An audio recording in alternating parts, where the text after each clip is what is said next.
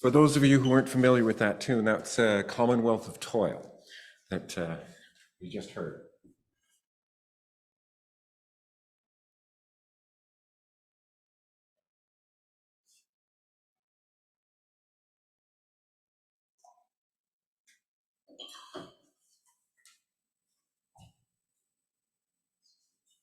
Waiting for the PowerPoint. Picture of Joe Hill.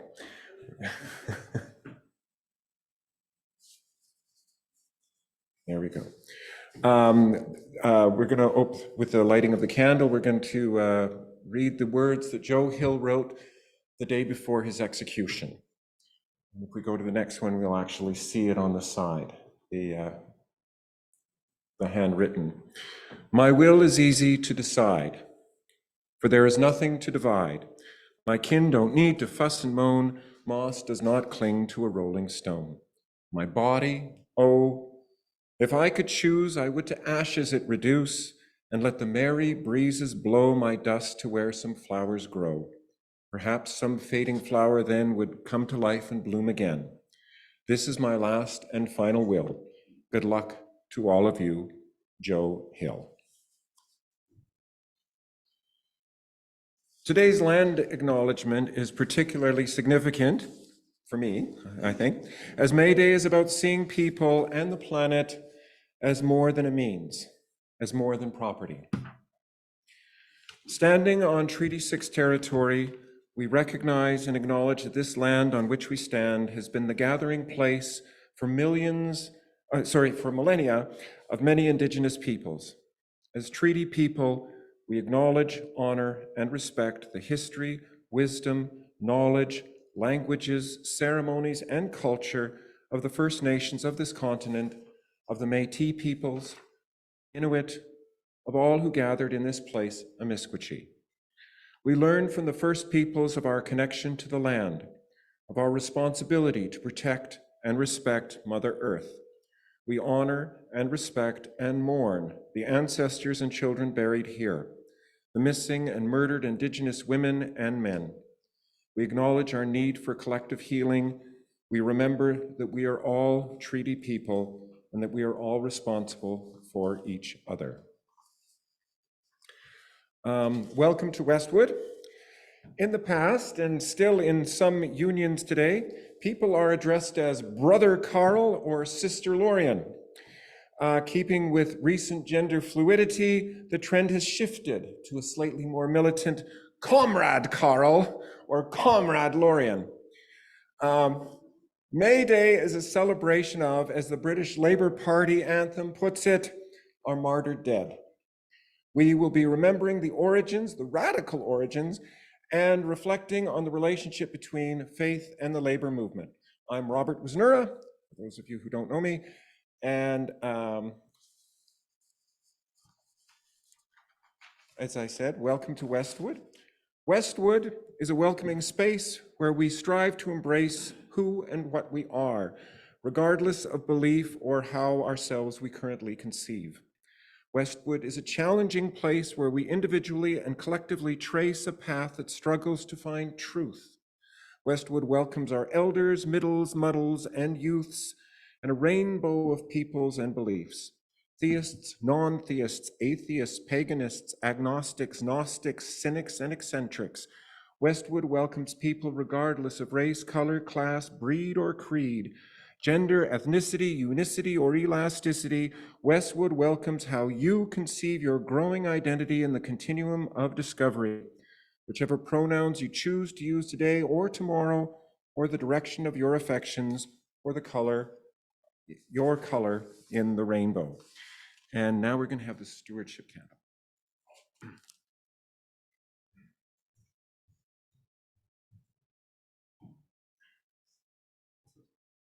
We're going to have a series of Westwood friends and members who are going to present stewardship candles over the next few weeks. And today we are graced with Leroy's presence. Thank you.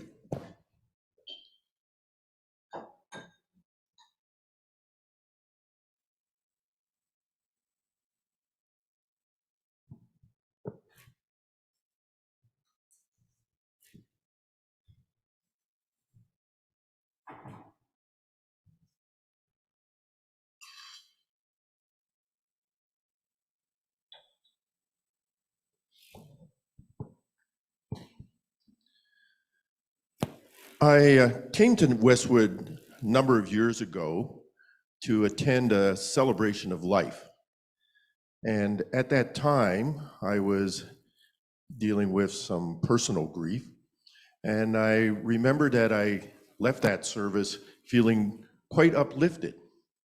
And so I thought, well, maybe I could use some of what Westwood has to offer.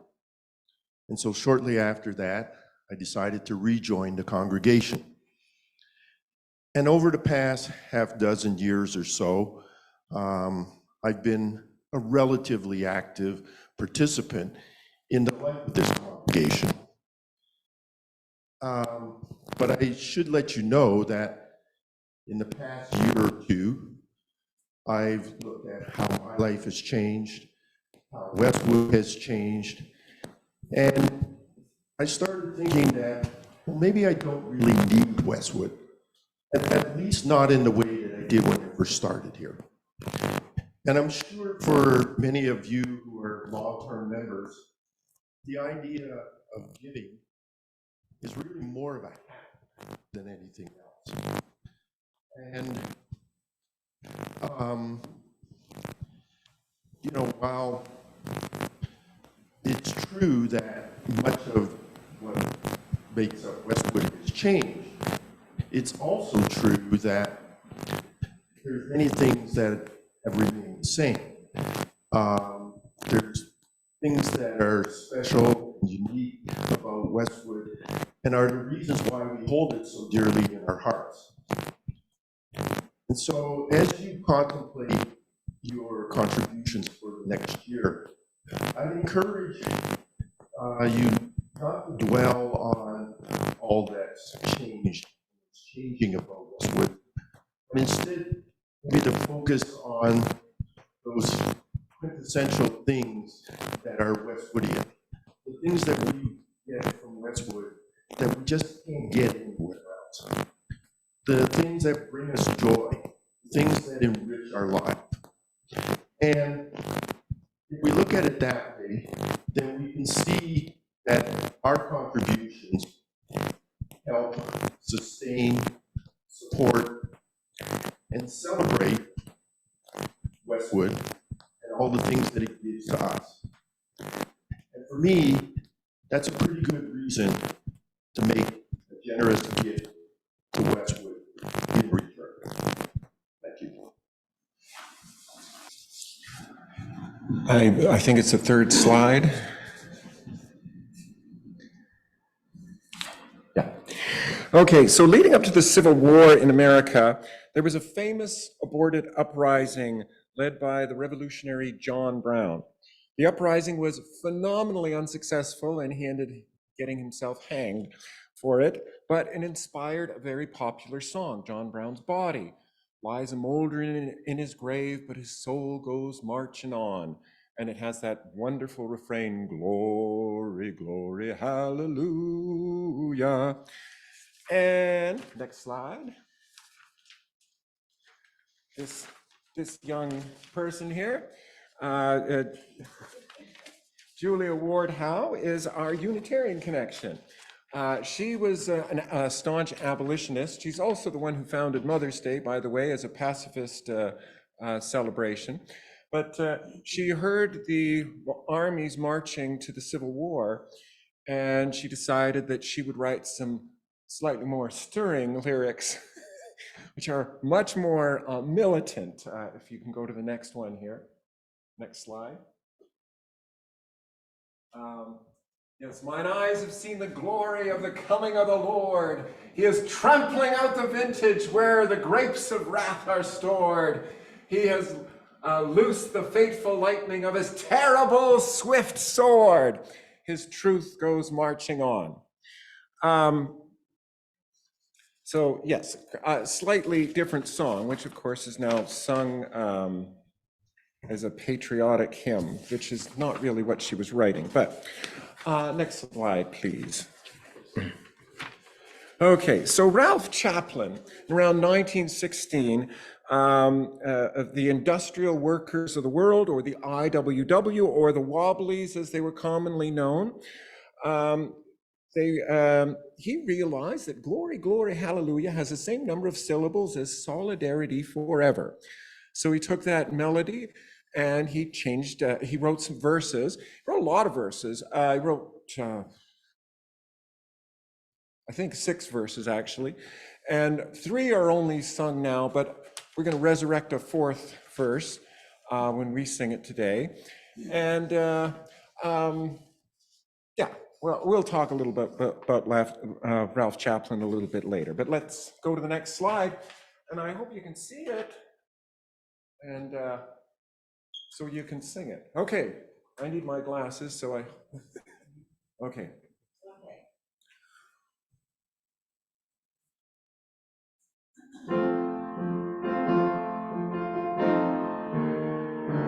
When the union's inspiration through the workers' blood shall run, there can be no power greater anywhere beneath the sun. Yet what force on earth is weaker than the feeble strength of one?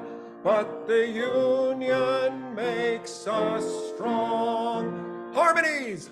Solidarity forever. Solidarity forever.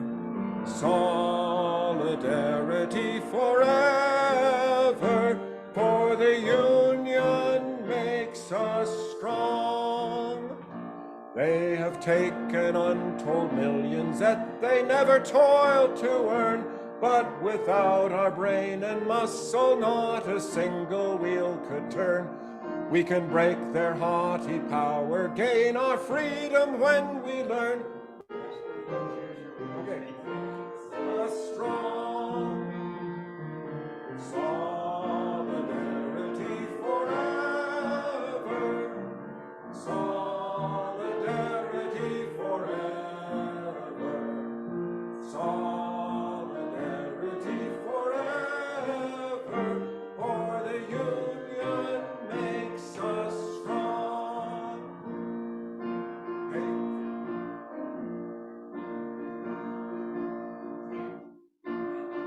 And placed a power greater than their hoarded gold, greater than the might of armies magnified 1,000-fold.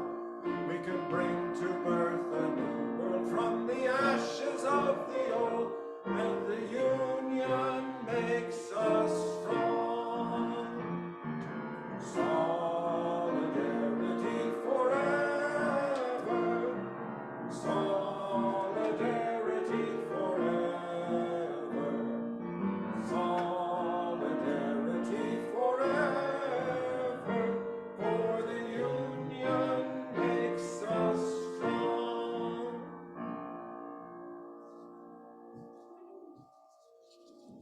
Okay.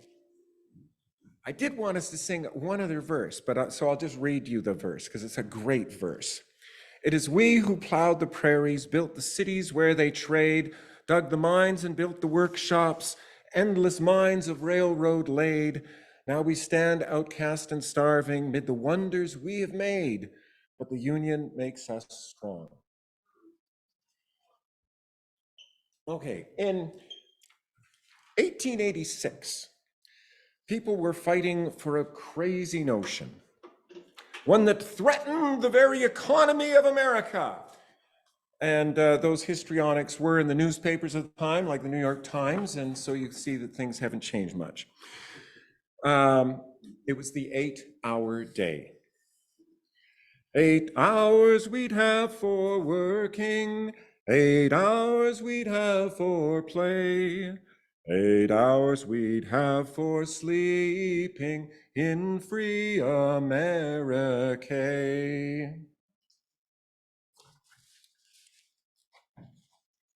We forget, I think, how many hours people were working at that time. And these were children, women, men, women, and children. That Mother Jones, famous Mother Jones, was fighting to get the child labor less than 50 hours a week. So, I mean, it's, you know, it's a little over 100 years ago that these things were going on. Well, 1886, of course, is even older than that. So this was considered a revolutionary notion, the 8-hour day. And the result was a general strike in Chicago. And thousands walked off the job on May 1st of 1886. And at one demonstration, the police shot into a group of picketers, killing around 4 of them. I think it was 4. Some of the newspaper things are unclear how many people were killed in different events. On May 4th, a large protest against police brutality was held in the Haymarket Square in Chicago. You can still go there. There's now, after around 80 years of requests, they finally have a monument to this event. It consisted of a number of very long speeches. It was really a boring event, actually. People were kind of leaving on their own. And the last speaker was a Methodist preacher who's only spoke for 10 minutes, which was the speaker before him spoke for over an hour. So he spoke for 10 minutes. And according to the newspapers, he was whipping the crowd up into a frenzy. But anybody who actually attended the event said that was not the case. But as soon as he wasn't even finished speaking when the police started marching in to forcibly break it up, they said, "It's over, this is done." And then at that moment, an explosion happened. And nobody knows who triggered the explosion. There are different stories. One of them, a likely suspect, is the Pinkertons, because the Pinkertons were often used by industry to break unions or to as an irregular army, so to speak. And they're throughout labor history. The other is the police, trying to discredit the protesters and so on. And then, of course, the organizers, and that was the one that, the narrative that won the day, as they were rounded up, including the speakers on the hay cart, who were doing the speaking when the explosion happened. And of course, because being an anarchist, because they were all anarchists, well, some of them were socialists, but a lot of them were anarchists, and that was enough. That was enough. Obviously, you were a conspirator to this happening. The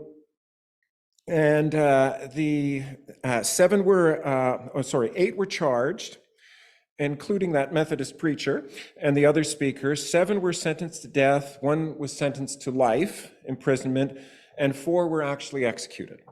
One committed suicide in prison, and the others had their sentence commuted. The trial made international news. Nearly 1,000 people were interviewed for jury duty. All union members were dismissed. Anyone who expressed any sympathy with socialism or anarchism was dismissed. The judge openly acknowledged that the jurors chosen had all openly expressed bias against the accused, but that was okay. That was not an issue. Then as today, bias is in the eye of the beholder. Only your bias is a problem. Mine is not. Mine's objective. May Day marches around the world commemorate these events and the struggles that are behind them. In Canada and the US, you were wondering, well, why is our Labor Day in September?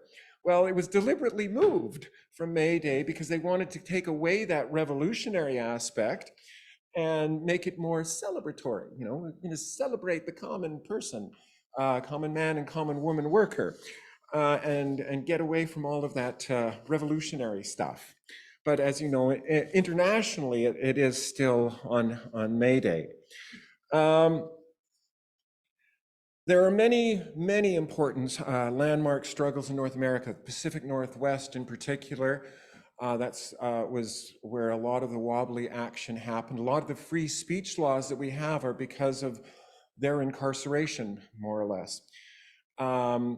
the Ludlow massacre. There's, there's the Pullman Porter strikes and so on. So I mean, there was a lot of very important, and the mining, of course, the mining strikes. But I want to focus on the links and the non-links that once existed between church and labor.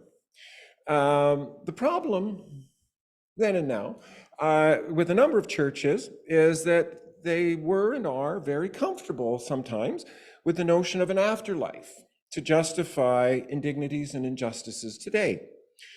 And Joe Hill, the great wobbly songwriter, the one that you saw the picture of him, and then you saw his handwriting and we read that opening, was a pointed critic of this attitude, and he gave us the phrase pie in the sky. And you're going to hear this song, you're going to sing this song, and I apologize, I forgot my pick, so I'm using a broken pick here. So if, Can I get you a music stand so that you can stay? oh, I know the words, don't worry. Oh, okay. As long as you get the words. The important part for you is the refrain. You will eat, you would repeat after me. You will eat, by and by, in that glorious land above the sky. And now here you go, way up high, in that glorious land above the sky. Work and pray, live on hay. You'll get pie in the sky when you die. Now you go, you yell out, that's a lie. Okay. Long-haired preachers come out every night, try to tell you what's wrong and what's right. But when asked how about something to eat, they will answer in voices so sweet. You will eat by and by, in that glorious land above the sky. Way up high, work and pray, live on hay. You'll get pie in the sky when you die.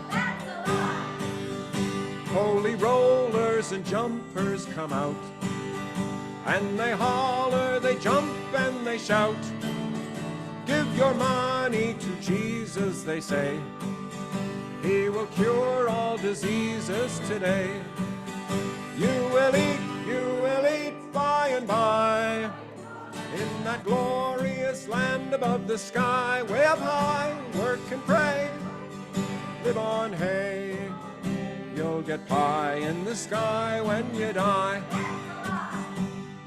Oh, the Starvation Army, they play, and they clap and they sing and they pray, till they get all your coin on the drum, and they'll tell you when you're on the bum.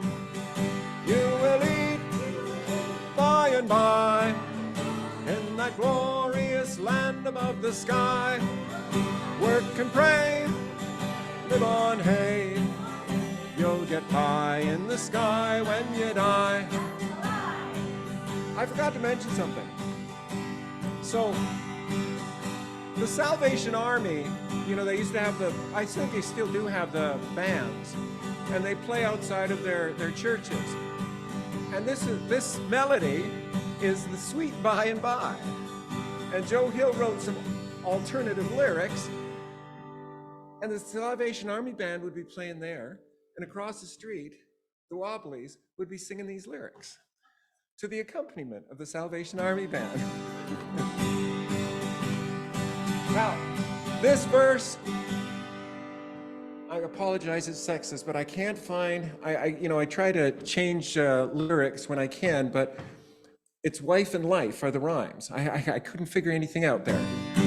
So, if you fight hard for children and wife, try to get something good in this life, you're a sinner and bad man, they tell. When you die, you will sure go to hell. You will eat by and by, in that glorious land above the sky. Work and pray, live on hay. You'll get pie in the sky when you die. Now, union songs, after they present all the problems, they fix them in the last verse. Working folks of all country unite. Side by side we for freedom will fight. When the world and its wealth we have gained, to the grafter we'll sing this refrain. Now this refrain is going to be a little different, so you have to keep listening. You will eat by and by, when you learn how to cook and how to fry. Chop some wood, it will do you good, and you'll eat in that sweet by and by. That's no lie. And that's where we get pie in the sky. Yeah. One of the things that have always interested me about the Union songs, one of an article that I was reading about Ralph Chaplin was, there was a quote about how the Wobblies were like a religion. They would, they had their hymn book, the Little Red Song Book to Fanning the Flames of Discontent. It's right on the cover of it. Such a great title. And a lot of the songs, of course, were based on these hymns because everybody knew them, and there were great melodies as well.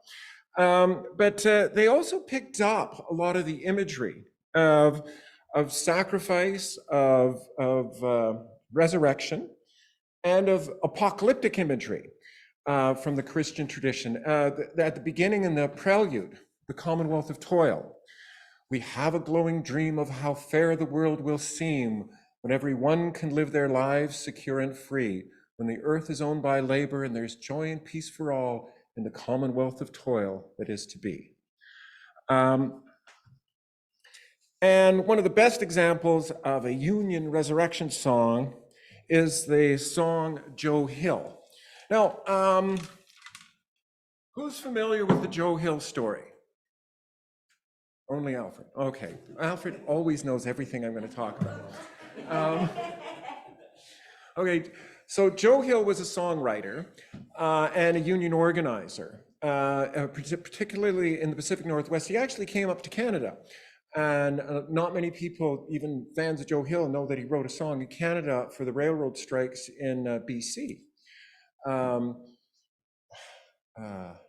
can't remember the melody right now, but but he was arrested. There was a stick-up, a grocery store or something was held up, and Joe Hill was arrested. And the evidence was very, very circumstantial.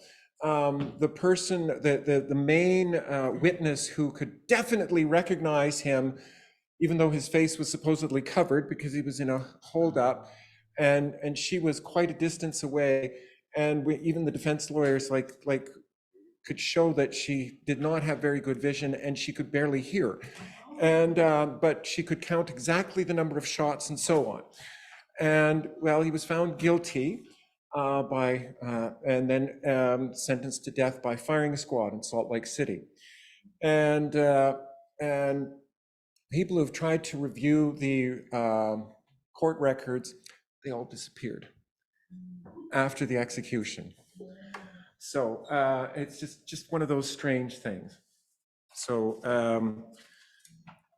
a number of years later, Alfred Hayes wrote a poem, 1930, called I Dreamed I Saw Joe Hill Last Night, and Earl Robinson wrote some music in 1936, and a number of wonderful versions have been written, and you're going to sing one of those wonderful versions because you're going to sing it out loud.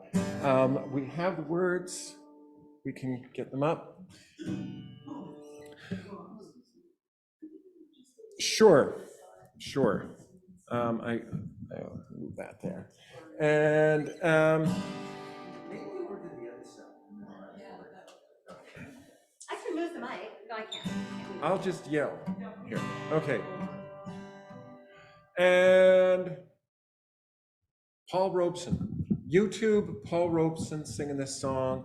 It'll send shivers up your spine. I dreamed I saw Joe Hill last night, alive as you and me. Says I, but Joe, you're 10 years dead. I never died, says he. I never died, says he. In Salt Lake, Joe, by God, says I, him standing by my bed. They framed you on a murder charge, says Joe, but I ain't dead. Says Joe, but I ain't dead. The copper bosses killed you, Joe. They shot you, Joe, says I. Takes more than guns to kill a man, says Joe, I didn't die. Says Joe, I didn't die. And standing there as big as life, and smiling with his eyes, says Joe, what they forgot to kill went on to organize, went on to organize. Joe Hill ain't dead, he says to me. Joe Hill ain't never died. Where working folks are out on strike, Joe Hill is at their side. Joe Hill is at their side. From San Diego up to Maine, in every mine and mill, where workers strike and organize, it's there you'll find Joe Hill. It's there you'll find Joe Hill. I dreamed I saw Joe Hill last night, alive as you and me. Says I, but Joe, you're 10 years dead. I never died, says he. I never died, says he.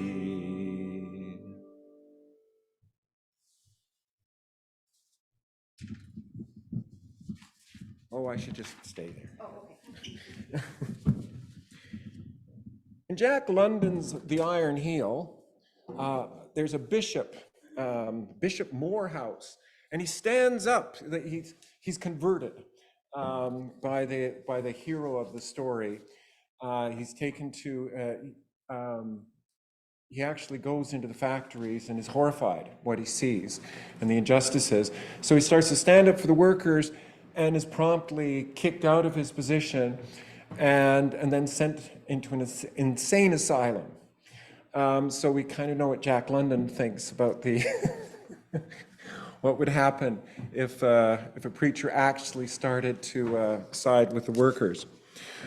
Today, the notion of a revolutionary church that stood by or stands by striking workers and the poor and homeless may seem less likely than it did in 1915.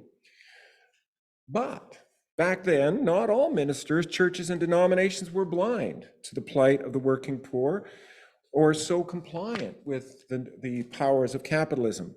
A movement emerged from the ranks of Christian anarchy or anarchism in the early 20th century called the social gospel. It was kind of the counter to social Darwinism. So social Darwinism was, well, the rich are obviously better because they've succeeded, and the poor deserve to die, more or less. So why would you have, things to help them? And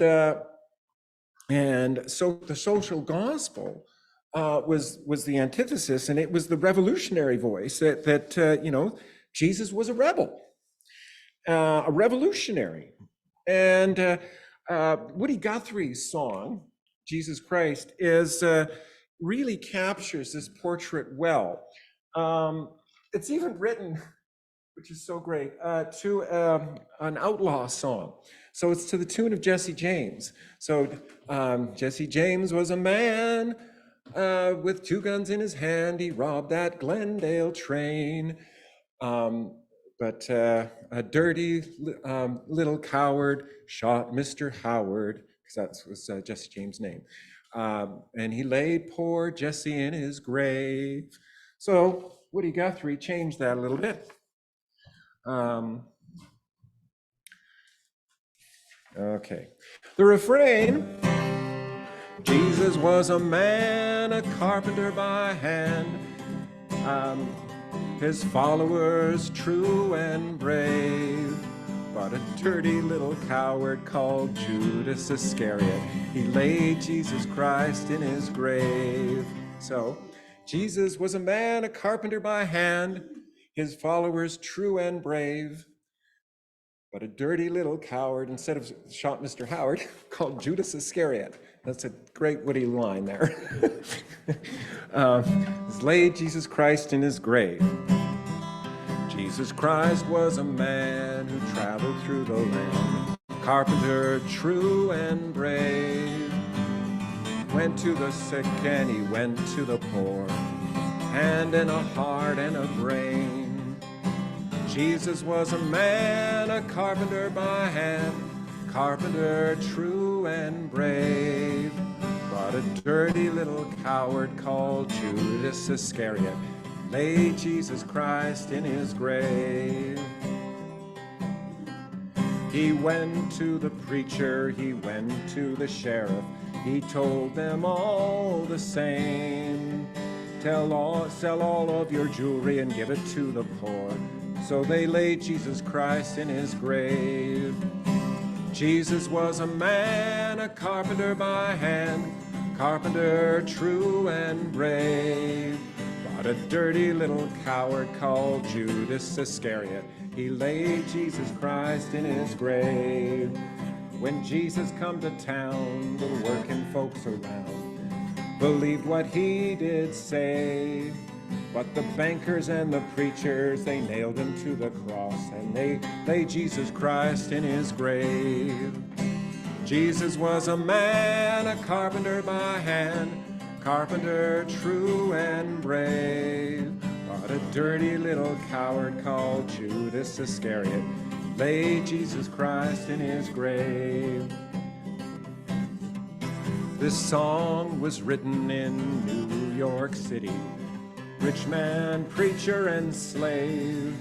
If Jesus was to preach what he preached in Galilee, they would lay Jesus Christ in his grave.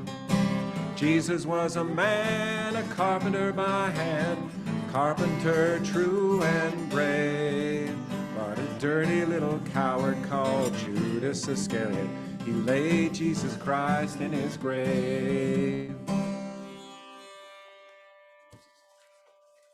So you get the idea. A key phrase of the social gospel movement was the single line in the prayer of the Our Father, "Thy kingdom come." The social gospel believed it is our duty, our obligation to do our darndest to bring that kingdom about here on earth. Presbyterians, Baptists, and Methodists were at the foreground of this movement.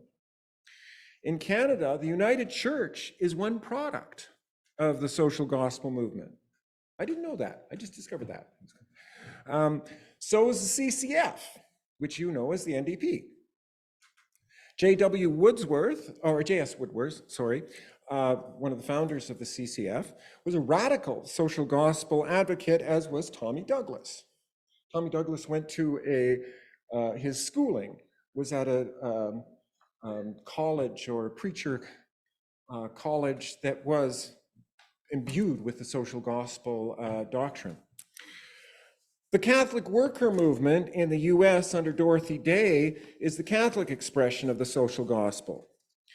And Day was a contemporary of and friends with many anarchists and revolutionaries, such as Big Bill Haywood, Elizabeth Gurley Flynn, Emma Goldman, Eugene O'Neill, Sacco and Vanzetti. But one of the interesting things is that she grounds much of her anarchism in two papal encyclicals. Casey Kepps wrote in the New Yorker about Dorothy Day, and it's a very good article. But still, to her mind, her politics were not contradicted, but confirmed by the Catholic Church, both in the Gospels and in two of the most consequential encyclicals of the post-industrial age. The first, Pope Leo XIII's 1891 Rerum Novarum, praised labor unions and called for reforming capitalism, asserting that some opportune remedy must be found quickly for the misery and wretchedness pressing so unjustly on the majority of the working class. The second, Pope Pius XI's Quadragesimo Anno, delivered 40 years later, affirmed the earlier teaching and called for a new economy based on solidarity and subsidiarity. Not that Day and the advocates of the social gospel movement did not meet with resistance, they certainly did. But on the very first edition of the Catholic Worker, that was the newspaper that Dorothy Day founded. It was in 1933, and she asked the question, is it not possible to be a radical and not atheist? You know, because, I mean, we know that Marxism was also running through this at the same time, the streams.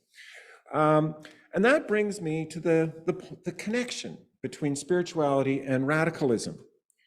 And that's the notion of faith. And not many people are comfortable with the word faith anymore. But there's one Oxford definition which I think is really apt. The firm belief or confidence without necessarily a logical ground for it. Often in our desire for justice, we define ourselves oppositionally. I am not that. I'm against racism. I'm against pollution, and so on. A harder question is, what do we actually believe in? So I want you to close your eyes. And I can't see if you're doing it because I don't have my glasses on. What is the world you want to live in? If you were a social gospel Christian, what would thy kingdom come mean to you? What is your vision that you would be willing to stake your life on, even if there is no compelling evidence to support it? Think of the IWW members jailed for pacifism in World War I. The guy Ralph Chaplin, the one who wrote Solidarity Forever, was sentenced to 20 years of prison for promoting pacifism in World War I, and he served 4 before they let him out. J.S. Wordsworth, the lone vote in Parliament and in his own party, the CCF, against the war, declaration of war. Think of Martin Luther King, Mahatma Gandhi. Think of the Knights of Labor in 1886, fighting for the 8-hour day as the police pointed rifles at them, fully intending to fire and often shooting. Think of the following lines by John Simmons. You can open your eyes. You can read that. Now I'm going to read it down here, so I don't have to turn. Okay. These things shall be. A loftier race than e'er the world hath known shall rise, with flame of freedom in their souls and light of knowledge in their eyes. They shall be gentle, brave, and strong, to spill no drop of blood, but dare all that may plant our lordship firm on earth and fire and sea and air. Nation with nation, land with land, unarmed shall live as comrades free. In every heart and brain shall throb the pulse of one fraternity. Each shall love each with heart as pure and fervent as the young-eyed throng who chant their heavenly psalm before God's face with undiscordant song. New art shall bloom of loftier mold, and mightier music thrill the skies, and every life shall be a song when all the earth is paradise.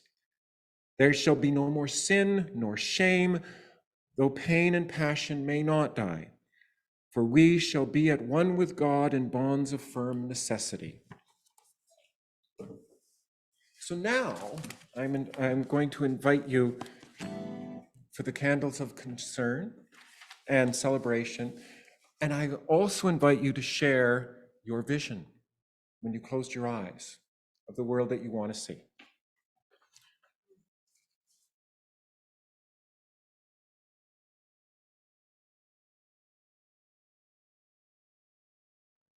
Okay, I will light this last candle for all those joys, concerns, and visions that remain unspoken.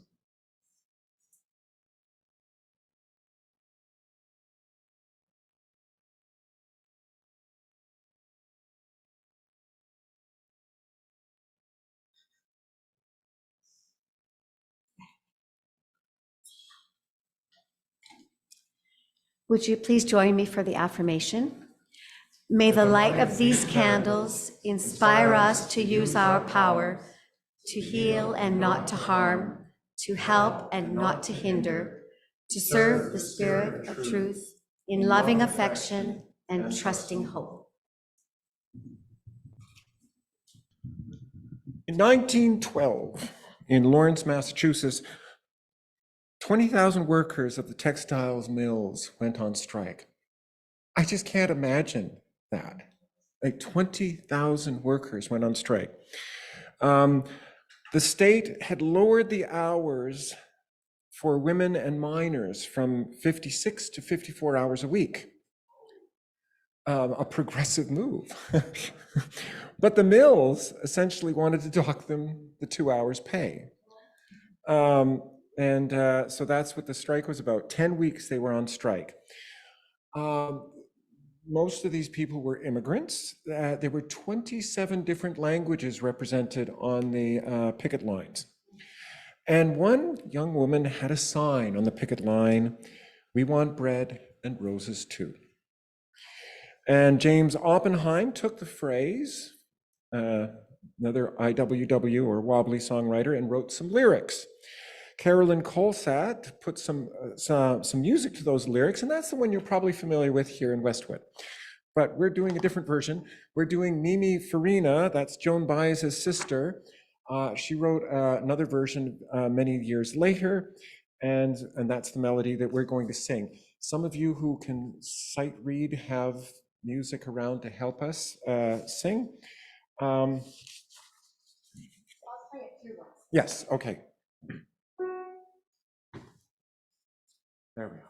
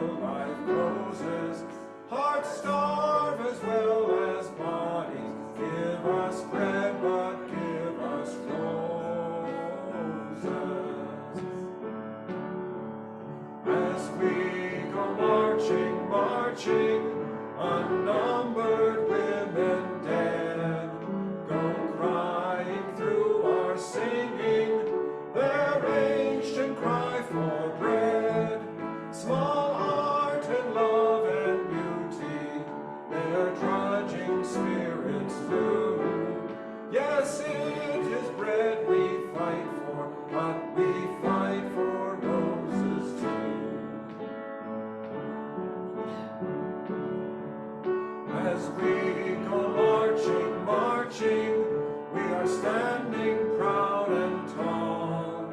The rising of the women means the rising of us all.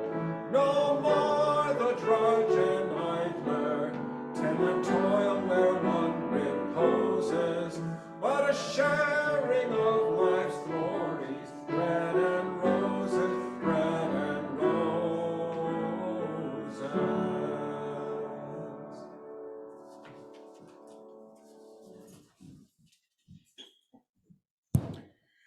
As we blow out these candles and fare into the world, may we use the strength of community and employ our wisdom, foolishness, faith, and powers to transform and better our world.